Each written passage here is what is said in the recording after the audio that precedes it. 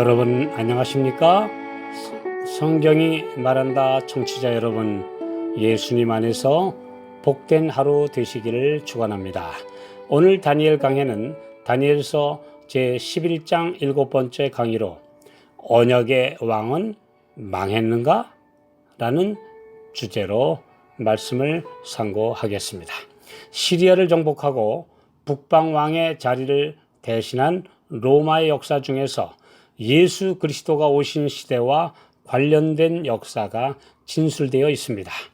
카이사르가 죽고 로마의 초대 황제로 등극한 아우구스투스 존엄자를 성경에는 무엇이라 표현했는지 보겠습니다. 다니엘 12장 20절, 그 위를 이을 자가 토색하는 자로 그 나라의 아름다운 곳으로 두루 다니게 할 것이나 그는 분노함이나 싸움이 없이 몇 날이 못되어 망할 것이요. 히브리어의 문자적 의미는 압제하는 자를 지나가게 하는 자입니다. 아우구스투스, 로마의 최고의 황제가 성경적으로 볼 때 압제하는 자를 지나가게 하는 그런 정말 백성을 괴롭히게 하는 자일 뿐이었습니다. 로마 치하에서 제일 백성을 억압하는 자들은 토색하는 자, 곧 세금을 강제로 징수하는 자들이었습니다. 아우구스투스는 식민 통치를 받는 나라의 백성들에게 압제하는 자, 곧 토색하는 자를 보낸 폭군이었습니다.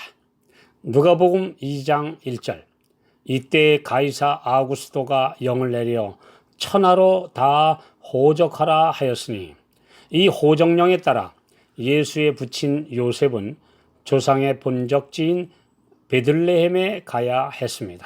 만삭이 된 임산부 마리아도 예외 없이 세금 부과 대상으로 등록을 해야 했기에 먼 여행을 할 수밖에 없었습니다. 이 호정령은 악명 높은 세금, 곧 모든 사람에게 인두세, 곧 사람의 머릿수를 세어 무조건 세금을 부과하는 제도를 시행하기 위함이었습니다.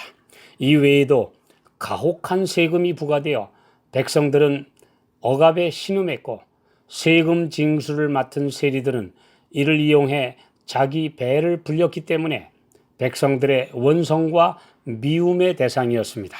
사복음서에 세리가 자주 등장하는 것도 이들이 악당이자 매국노로 인식되어 있었기 때문입니다.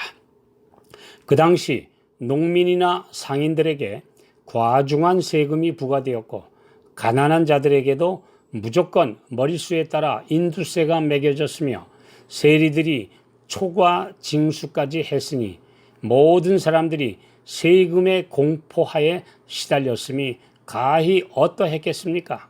게다가 성직자들마저 성전세와 각종 헌금을 바치지 않는 자들은 저주받을 것이라고 가르쳤습니다. 오늘날 하나님의 축복을 받기 위해서는 무조건 헌금 내야 한다, 드리지 않으면 저주받는다고 하는 그런 목회자들은 그 당시의 성직자들과 다름이 없습니다. 그 당시 어떤 기록에는 세금과 헌금을 내고 나면 남는 것이 아무것도 없어 굶어 죽어간다고 했을 정도로 암울한 시대였습니다. 다니엘 11장 21절, 또 그 위를 이을 자는 한 비천한 사람이라, 나라 영광을 그에게 주지 아니할 것이나 그가 평안한 때를 타서 괴슐로 그 나라를 얻을 것이며, 로마의 티베리우스 황제, 성경 이름은 디베리오, 이 제위 15년에 침례 요한이 전도 활동을 시작했고, 몇 달 후 예수님도 공적 봉사를 시작하셨습니다. 이 황제는 아우구스투스의 의붓 아들이었으나 어머니 리비아의 간계로 권좌에 올랐습니다. 그는 평생 자격지심 속에 우울하고 신경질적인 생애를 살았습니다. 측근들조차 그의 웃는 모습을 본 적이 없다고 전해지고 있습니다. 이 세상에서 가장 강한 권력을 쥐고 가장 부유한 자였으나 불행한 인간일 뿐이었습니다. 다니엘 11장 22절, 넘치는 물 같은 군대가 그에게 넘침을 입어 패할 것이요 동맹한 왕도 그렇게 될 것이며 그는 수많은 반란 세력들과의 전쟁으로 수많은 피를 흘렸고 로마의 총독들은 반역자라는 의혹만 있어도 가차없이 처단하지 않으면 안 되었습니다.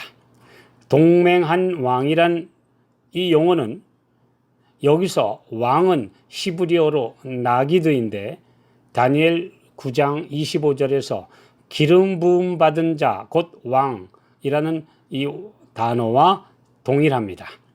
이 보통 다른 왕들을 뜻하는 히브리어 단어인 사르와 다릅니다. 오직 두 곳에서만 같은 단어를 사용했습니다.